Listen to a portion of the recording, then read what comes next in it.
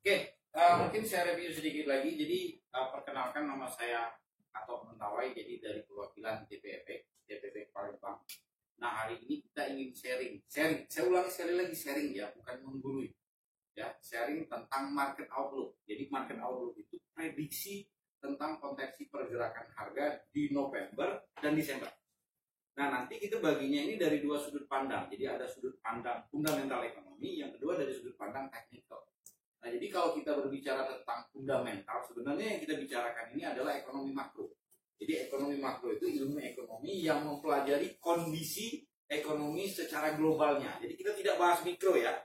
Jadi kita tidak bahas namanya UMKM dan seterusnya. Jadi kita membahas apakah ekonomi negara tersebut terjadi pertumbuhan atau tidak. Nah, sekarang di dalam melihat ekonomi ya, itu kan harus ada barometernya, alat ukurnya. Nah, alat ukur yang paling sering digunakan itulah nanti yang disebut dengan data ekonomi. Jadi bukan hanya sekedar persepsi, tapi ada data yang menjadi indikasi atau menjadi acuan buat kita di dalam membuat keputusan. Nah, sekarang di dalam melihat indikator ekonomi, maksudnya di dalam melihat fundamental ekonomi, itu sudut pandangnya nanti ada 3. Ya, jadi ada sudut pandang yang kita ngomongnya long term-nya. Jadi orang kalau melihat rumah ya, jadi ngelihatnya jangan hanya ngelihat depannya saja ya, jadi lihatlah secara keseluruhan.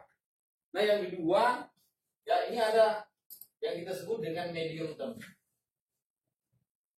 Jadi ngelihatnya itu dalam skala yang lebih pendek. Nah, ada lagi yang skalanya yang paling sempit ini, yang paling mengerucut, ini kita sebut dengan short term.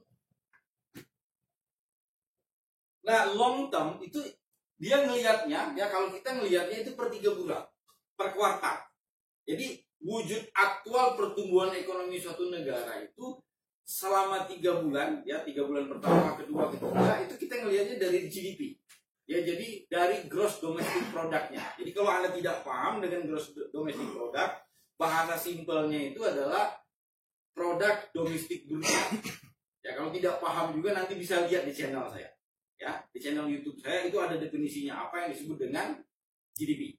Nah, selama 3 bulan ya, yang data kita lihat itu ada 2 nanti. Jadi ada data sebelumnya dengan ada data di masa yang akan datang. Pertanyaannya gini, kenapa saya harus melihat data di masa lalu? Itu sebagai rasionya. Jadi sebagai pembandingnya. Pembanding dalam artian kalau data di masa yang akan datang lebih tinggi, kan ada jelas pembandingnya, terjadi grow namanya. Nah, di dalam melihat data ya, ini saya udah kerucutkan di sini satu persatu. Oke, jadi kalau ada yang belum paham tentang istilah-istilah yang saya gunakan, ya nanti bisa lihat channel YouTube saya atau bisa minta kelas ke saya. Pak, bisa ajarin saya GDP itu apa, manufaktur itu apa, ya, data tenaga kerja itu apa. Oke. Nah, di sini saya perlihatkan ada histori GDP. Jadi histori GDP itu dimulai dari kuartal 1, kuartal 2, kuartal 3 dan kuartal 4. Nah, ini yang ada di grafik ini 3 kuartal. Jadi penghitungan kuartal 1 itu dari tanggal 1 sampai tanggal 31 Maret, keluarnya April. Ya. 1 April sampai 31 Juni, keluarnya Juli. April. Ya. Januari, Februari, Maret. Jadi kalau 1 Januari 31 Maret itu kuartal pertama namanya. Keluarnya April. April. Oh. Ya. 1 April sampai 31 Juni itu dia keluarnya Juli. Oh. Ya. Oke, clear ya. Nah, sekarang GDP sendiri sebenarnya nanti itu ada 4. Ini banyak orang yang kecil di dalam membaca data GDP. GDP itu ada namanya preliminary GDP. Jadi di GDP yang dikeluarkan paling awal. Itu pengaruhnya paling besar. Jadi kalau ini laptopnya saya coret dikit. Di situ kan ada tulisan HP ya. Itu namanya GDP preliminary. Ya, jadi data yang keluar paling awal.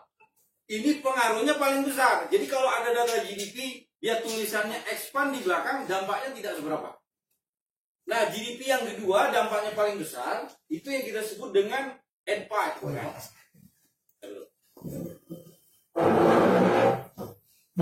Nah, data GDP yang kedua, itu disebut dengan revise. Jadi data GDP yang sudah direvisi.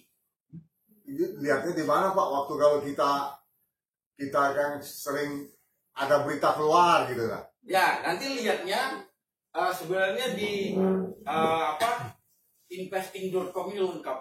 Ya, cuman mungkin saya harus buat kelas sendiri untuk membahas data per data. Oh, minggu depan dong.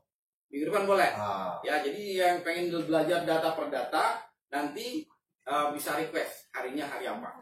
Cuman inti yang pengen saya sampaikan di dalam membaca data GDP itu yang paling penting ada dua. Yang pertama itu yang kita sebut dengan preliminary GDP. Yang kedua yang paling penting itu yang kita sebut dengan revise. Jadi data GDP yang sudah direvisi. Nah sekarang data GDP yang sudah direvisi. Ini aku contohin ya.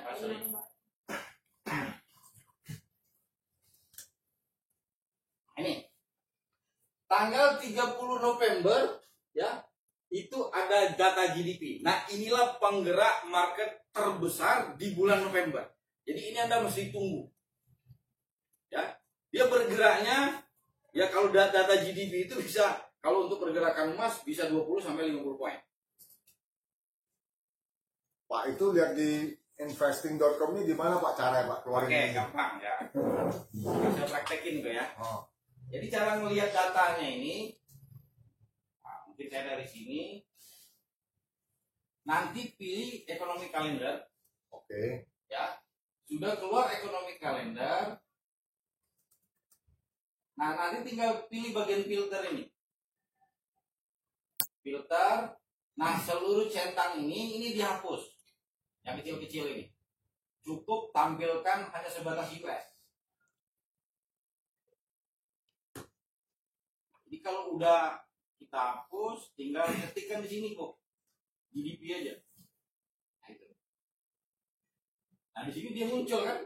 Tinggal pilih saja data GDP, pilihnya nanti yang ada tulisannya QQ. Q itu artinya kuartal untuk kuartal. Oh. Ya. Nah, kita pilih yang QQ. Jadi yang senang main QQ sudah paham ini. Nah, tinggal ketikkan di sini. Nah, ini GDP yang keluar tanggal 27 Oktober kemarin. Ini data preliminary GDP-nya untuk kuartal ketiga. Nah, inilah yang menggerakkan harga kemarin. Kan? Kenapa itu dia bisa? pengaruhnya gede Pak. Oh gede kok. Kenapa bisa gede? Karena ini kan hampir semua negara di dunia ini, nih, hampir semua negara di dunia ini kan khawatir tentang namanya resesi ekonomi. Kenapa khawatir? Karena faktor kuartal pertama dan kuartal kedua GDP ini berada di area minus. Nah, ini lihat grafiknya nih.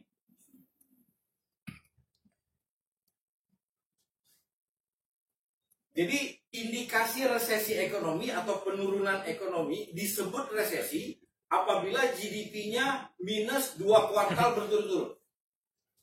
Ini yang dikhawatirkan seluruh dunia kemarin. Kalau sampai kuartal ketiga juga minus, ya memang confirm resesi terjadi. Tapi setelah keluar preliminary kemarin, market berbalik arah. Kenapa? Karena persepsi publik ternyata beda. Oh dari sini Pak? Yes. Itulah yang Koko ngomong kemarin. Hampir semua orang memprediksi market akan turun, ternyata dia berbalik. Tanggal 4 tuh Pak, saya ingat Pak. Jawab saya Pak. Ya kan? Nah, salah satu penggeraknya ini. GDP. Nih, aktualnya. Dari minus, bayangin ya, kuartal sebelumnya minus 0,6%, keluarnya 2,6%. Market berbalik arah nggak tanggung-tanggung, 150 poin untuk gold. Ya, jadi kalau Anda bisa mempersepsi itu satu lot transaksi profitnya 150 juta. Nah, salah satu yang membuat Yohanes Chang profitnya 1,1 M, ini kok. Dia buy di bawah, dia hold. Oke?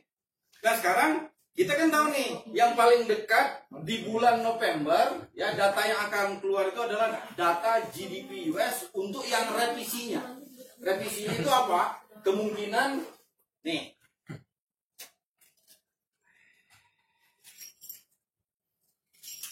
prediksinya ya 2,9%. Tadi berapa? 2,6 kan? Kalau dia keluar lagi 2,9%, ya gold terbang lagi.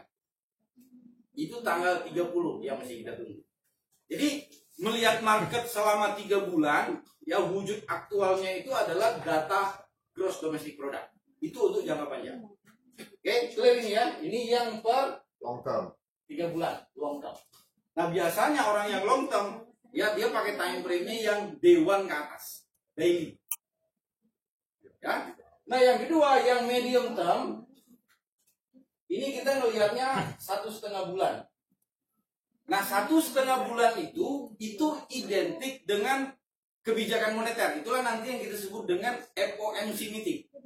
Oh. Ya, FOMC itu kan pertemuannya 8 kali setahun atau 6 minggu sekali. Ya, setiap kali FOMC, Anda kan sudah pernah lihat kan pergerakannya crazy itu. 40-50 poin, 40-50 poin. Acuan di dalam menentukan inflasi itu namanya data CPI. Ya, CPI itu Consumer Price Index. Jadi kalau di bahasa Indonesia itu indeks harga konsumen. Ya, indeks harga konsumen itu menentukan apakah terjadi inflasi atau tidak. Inflasi US ini sempat mencapai 9,1%. Ini tertinggi setelah krisis mereka tahun 29. Ya. Jadi depresi ekonomi US terbesar pertama itu tahun 1929. Nah, krisis terbesar kedua itu subprime mortgage tahun 2008 kemarin. 2008. Ini inflasi dia lebih tinggi dibandingkan krisis itu. Target inflasi Amerika tahun 2022 itu hanya 2%. Ya, hanya 2%. Ini dia sempat mencapai 9,1%. Karena itu setiap kali pertemuan FOMC pasti terjadi kenaikan suku bunga. Nah, sekarang suku bunga mereka kan sudah ini 3,08%. Inflasi terakhirnya kan masih 7,7 nih. 7,7%.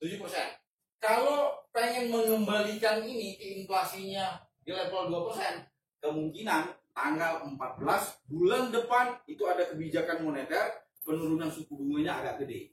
Ya, bisa saja 1%, bisa saja 1,5%. Penurunan atau kenaikan? Kenaikan suku bunga. Bukan 0,75 lagi. Bukan, mainnya agak gede dia. Kenapa? Itu pertemuan FOMC terakhir tahun 2022. Agak kasar itu. Agak kasar. Nah, itu momen kedua ya, kita ngambil keputusan di bulan Desember. Untuk yang long medium term ya. Oke. Nah, yang ketiga ini yang short term. Setiap 1 bulan. Kalau setiap 1 bulan, ya, itu kita ngelihatnya selalu pakai yang paling terkenal lah. Yang paling terkenal itu data tenaga kerja. Atau yang biasa Anda kenal dengan non-farm payroll. Yang trading sudah pasti paham ya. NFP dengan unemployment rate itu bisa menggerakkan pasar. Ada orang questionnya begini, kenapa harus data tenaga kerja? Karena data tenaga kerja itu indikasinya ada 2. Ketika pendapatan tenaga kerja tinggi, orang bisa mempersepsi sektor manufakturnya terjadi peningkatan. Clear itu ya? Jadi nggak usah dilihat manufakturnya. NFP-nya tinggi, penganggurannya rendah, manufakturnya garansi tinggi. Bisa dilihat ya? Nah yang kedua, NFP itu ya dipersepsi oleh pelaku pasar ketika pendapatan mereka tinggi itu akan mempengaruhi spending mereka. Jadi itu consumer sentiment, consumer confidence, dan retail di masa yang akan datang dia pasti tinggi. Itulah yang menyebabkan kenapa setiap Jumat pertama awal bulan itu selalu ditunggu oleh pelaku pasar. Bukan hanya kita korek loh ya. Jadi acuannya non-farm payroll itu identik orang yang mendapatkan gaji. Nah, kalau mereka pendapatannya meningkat, ya dipersepsi apa? Karena lembur kan. Ya, kalau lembur penyebabnya apa? Karena produksinya manufaktur tinggi. Kalau manufaktur tinggi penyebabnya apa? Karena demand-nya tinggi. Karena itu tenaga kerja pendapatannya meningkat, di persepsi manufaktur atau industri ya itu tinggi. Persepsinya dia begitu. Berarti ekonominya berjalan bagus. Yes. Jumat pertama awal bulan. Tapi di sini harus dibedakan ya. Jadi data non-farm payroll itu dia ada summer, ada winter. Jadi kalau dia summer keluarnya 7:30 jam kita. Nah Desember itu dia mulai winter. Ya, jadi Desember, Januari sampai April dia keluarnya 8:30. Kalau 8:30 nanti buka market Dow Jones 9:10. Semuanya diundur 1 jam. Ya, timingnya dia beda. Nah, ini data kedua yang dilihat setiap bulan. Jadi ada 3 data besar yang dilihat oleh pelaku pasar itu. Ada orang yang trading menggunakan 3 data ini saja. Per 3 bulan dia lihat GDP, per setiap 6 minggu dia lihat FOMC, ya. Nah per bulan dia lihat non-farm payroll.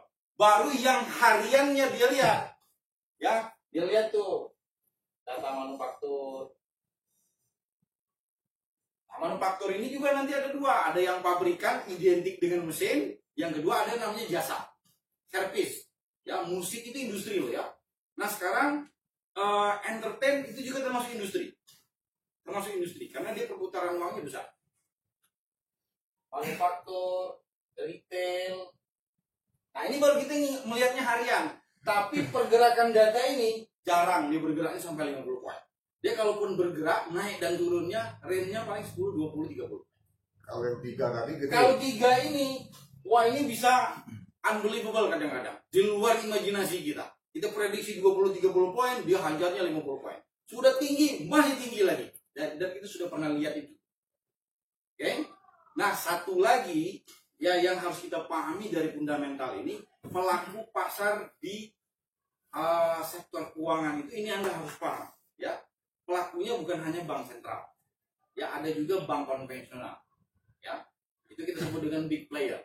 Ada juga multinasional company, ada broker seperti kita, tapi ada yang siluman, yang membuat market itu anomali. Itu yang kita sebut dengan spekulan.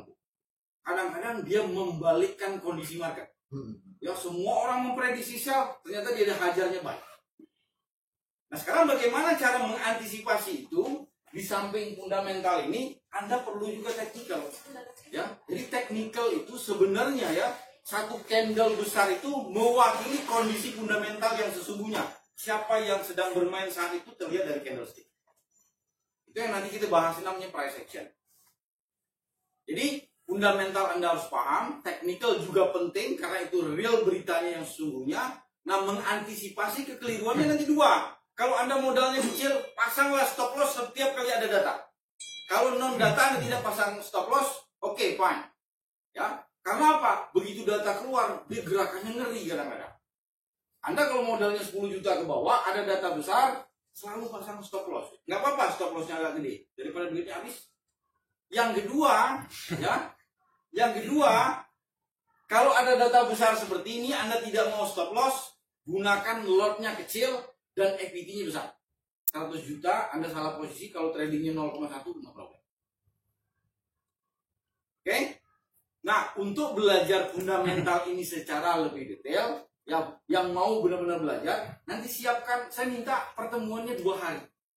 Saya kasih tahu, wah begini cara membaca data, korelasinya dengan instrumen kita apa. Ya, jadi ini saya ulangi sekali lagi ya. Ekonomi makro, kalau Anda paham, nanti dampaknya 3. Ya, pertumbuhan ekonomi suatu negara, dampak pertama dia pasti ke uang. Ketika terjadi pertumbuhan ekonomi, banyak orang yang menggunakan uang. Terjadilah penguatan mata uang. Jadi sesuai dengan hukum supply dan demand, apapun demandnya tinggi, kalau komoditi dia kan harganya naik. Ya kan? Tapi kalau di mata uang, ketika uangnya diminati, terjadilah yang namanya penguatan. Dampak yang kedua itu pasti ke indeks saham. Kenapa? Transaksi ekonomi itu sebagian besar kan komoditi yang diproduksi oleh perusahaan yang go public. Anda transaksi jual beli entah itu traktor, mobil itu kan semuanya diproduksi oleh perusahaan yang sudah mengeluarkan lembar saham. Karena itu dia dampaknya terhadap indeks saham. Nah nanti kalau Anda investasinya di saham, ya indeksnya naik, jangan serta-merta Anda beli. Lihat dulu sektoralnya. Ya, sektoralnya itu, wah ini sektoral perbankan rata-rata naik. Nggak semua bank sehat loh ya. Baru Anda lihat emitennya, kalau Anda yang di saham. Nah yang ketiga, dampaknya itu pasti ke komoditi. Komoditi yang berhubungan dengan produksi. Yang paling gede dampaknya apa? Pasti ke oil. Karena apa? Dia bahan bakarnya untuk industri pabrikan. Nah bagaimana cara membaca data ini? Yaitu memang harus ada kelas. Ya? Mau ya? Nah nanti tinggal bikin jadwal. Ya, saya sharingin itu. Jadi pada saat ada data yang keluar, yang long term Anda ngerti, medium term Anda ngerti, short term Anda ngerti. Nah nanti yang daily-nya kita diskusi saja di grup. Pak ini kan yang ngasih berita ini kan banyak, bukan hanya kita ya. ada dari trader family, ada dari astronasi, ada juga dari website. Nanti diskusikan saja. Ya, semakin banyak informnya, semakin banyak informasinya, itu semakin bagus buat kita. Karena apa? Karena konfirmasi itu penting. Ya, kenapa saya bilang penting? Oke, ingat baik-baik, pelaku pasar ya di dunia sektor keuangan itu ngeri loh. Yang saya bilang ngeri. 5 sampai 6 miliar dolar per hari untuk mata uang. Ini kalau kita hitung dari dalam bentuk rupiah ya. Forex itu 5 sampai 6 miliar US dollar. 1 juta US dollar ini dirupiahkan 15 M. 1 miliar dolar, 1 miliar ya.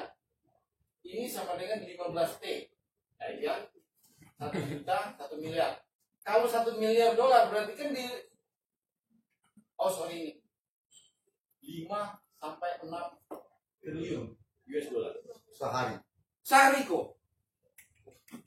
1 juta US 15 M, 1 miliar dolar 15 T. Nah sekarang kalau 1 triliun dolar berapa duitnya? Nah, saya hitung lagi Pak. Tinggal hitung sendiri. Kita broker di akumulasi di seluruh dunia itu hanya menguasai 4 sampai 5%. 95% yang bermain itu adalah bank sentral, bank konvensional, multinasional company yang paling terselubung, yang paling ngeri, spekulan. Spekulan di dunia ini bukan hanya individual kok. Orang tidak takut dengan George Soros-nya. Yang orang takutin itu followernya.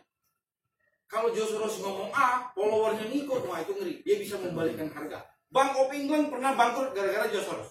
Asia pernah bangkrut dari Korea ya. Korea, Taiwan, Thailand, Malaysia, Indonesia yang paling parah. Kenapa? Karena yang utang kita banyak. Dia bisa membalikkan itu.